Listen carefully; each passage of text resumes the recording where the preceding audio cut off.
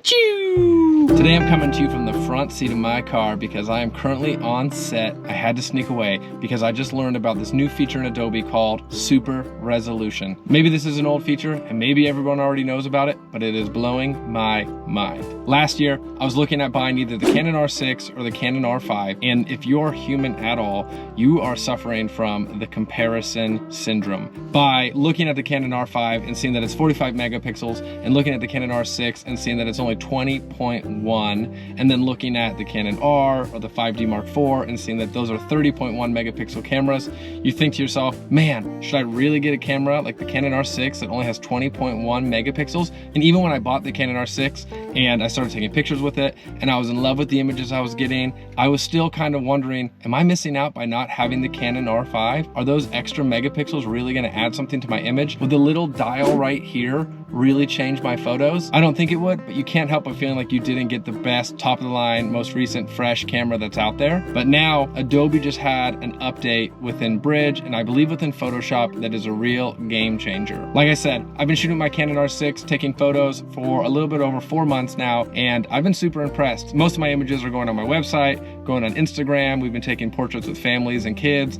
They've been printing those images. So really, 20.1 megapixels has been amazing. I started to wonder, would I really need the 45 megapixels out of the Canon R5? But then yesterday on set, my computer does a random update for the Adobe suite, and all of a sudden I'm getting all these flashes about enhance and super resolution. So here's what you're doing. You're taking your images, you're pulling them into Adobe Bridge, and then once you select the image that you want to work on first, you open it to Camera Raw. Once in Camera Raw, you can right click, and as the menu pops up, there's a new little tab for Enhance. When you click on Enhance, it has this feature for Camera Raw Detail, and below it has a box that you can check for super resolution. When you click the box, it'll tell you this process will take about 5 to 7 seconds. You hit enhance, it'll run its system in the background, and then a new image pops up in Bridge right next to the old one. It takes the CR3 file, or takes the Camera Raw 3 file, CR3 file, and makes a new DNG, digital negative.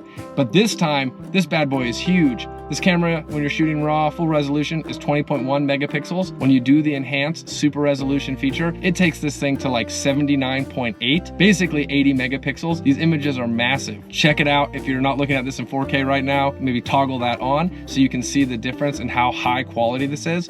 This image was basically a medium close-up. It looks crisp, but then when I hit the super resolution image, boom, you are jumping in. You can go all the way to this dude's eye. I can actually see myself and the strobe taking the photo. This is kind of crazy. I don't know if I actually ever need images this big. It's just crazy that the capability is there. What do you guys think? I felt like I was missing out by not having the R5, not having the 45 megapixels, because I thought, well, what if I get a professional client that wants to do some kind of prints, or what if somebody wants to wrap a school bus? I don't think that's gonna happen. And I always thought the R6 isn't gonna hold up. But now with super resolution, this is kind of a game changer.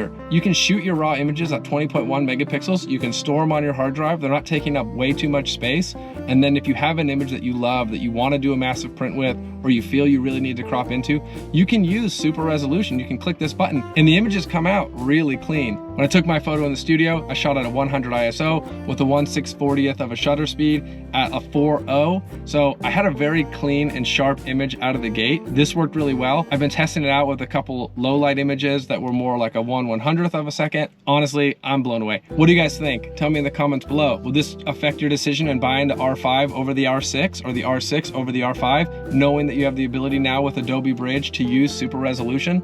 Also, this feature is available for any camera. I've just shot Canon, but my sister was using it to blow up some Olympus images from years ago. It doesn't matter. You could probably do it with the iPhone. I don't know. It'll blow up the image. It'll make it 4 times resolution approximately. I think it's pretty crazy. Just wanted to get a quick video out there to share my thoughts on this new feature and see what you guys think. Leave a comment down below. Hey, if you're feeling crazy, you can subscribe to the channel and you can hit the like button, because I'm making videos about my filmmaking and directing experience, my travels around the world, and my journey to take better photographs. I think I'm gonna burp.